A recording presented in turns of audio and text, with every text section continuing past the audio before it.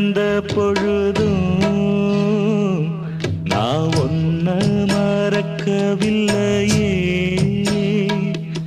ஏராசாத்தி பக்கம் இருந்தா இனி வேறேதும் தேவையில்லையே.